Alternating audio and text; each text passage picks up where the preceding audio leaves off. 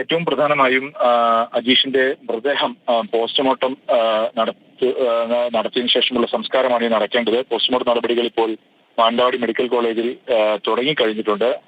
അവിടെ പോസ്റ്റ്മോർട്ടം പൂർത്തിയാക്കി ഇനി സംസ്കാരം നടത്തും. സംസ്കാരം ഒരുപക്ഷെ നാളെ ആയിരിക്കും ഉണ്ടാവുക എന്നാണ് നമ്മൾ മനസ്സിലാക്കുന്നത്. ഏറ്റവും പ്രധാനമായും ഉണ്ടായിരുന്നത് ഈ കുടുംബം ഉന്നയിച്ച ആവശ്യം തന്നെയായിരുന്നു. അത് കുടുംബം മാത്രമായിരുന്നില്ല, വയനാട്ടിലെ ജനത ഒന്നാകെ ഏറ്റെടുത്ത ആവശ്യം അജീഷിന്റെ ഈ ഒരു സംഭവവുമായി ബന്ധപ്പെട്ട് കുടുംബത്തിന് മതിയായ നഷ്ടപരിഹാരം നൽകുക എന്നുൾപ്പെടെയുള്ള കാര്യങ്ങളായിരുന്നു. ഇക്കാര്യത്തിൽ പ്രാഥമികമായുള്ള തീരുമാനം ഉണ്ടായിട്ടുണ്ട്. അതേ തുടർന്ന് കുടുംബം അത് അംഗീകരിക്കാനും സമരം പിൻവലിക്കാനും അവസാനിപ്പിക്കാനും തീരുമാനിച്ചു. അതിന്റെ ഭാഗമായാണ് മൃതദേഹം പോസ്റ്റ്മോർട്ടം ചെയ്യാൻ വേണ്ടി മാനന്തവാടി ആശുപത്രിയിലേക്ക് കൊണ്ടുവന്നിട്ടുള്ളത്.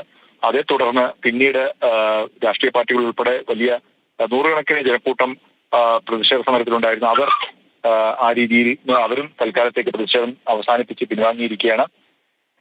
ഇനി പോസ്റ്റ്മോർട്ടം നടപടികൾ എത്രയും പെട്ടെന്ന് പൂർത്തിയാക്കി കുടുംബം വീട്ടിലേക്ക് മൃതദേഹം കൊണ്ടുപോകും. പോസ്റ്റ്മോർട്ടം നടപടിക്രമങ്ങളാണ് ഇപ്പോൾ മാനന്തവാടിയിൽ നടത്തുകൊണ്ടിരിക്കുന്നത്.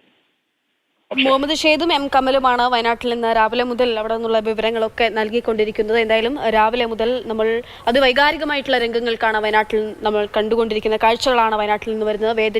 വേദനപ്പെടുത്തുന്ന കാഴ്ചകളൊക്കെയാണ് നമ്മൾ കണ്ടത്. ഒരു മനുഷ്യൻ ആനയുടെ ചവിട്ടേൽക്കാതെ ജീവൻ നയിക്കാൻ അപേക്ഷിക്കുന്ന തരത്തിൽ അദ്ദേഹം ഒരുപാട് ഓടി രക്ഷപ്പെടാൻ ശ്രമിച്ചു. അദ്ദേഹം കിടന്നുരുളാനൊക്കെ ശ്രമിച്ചു. പക്ഷേ ആന അദ്ദേഹത്തെ ചവിട്ടിക്കൊന്ന അതിദാരുണമായിട്ടുള്ള സംഭവമാണ് ഇന്ന് വയനാട്ടിൽ നടന്നത്.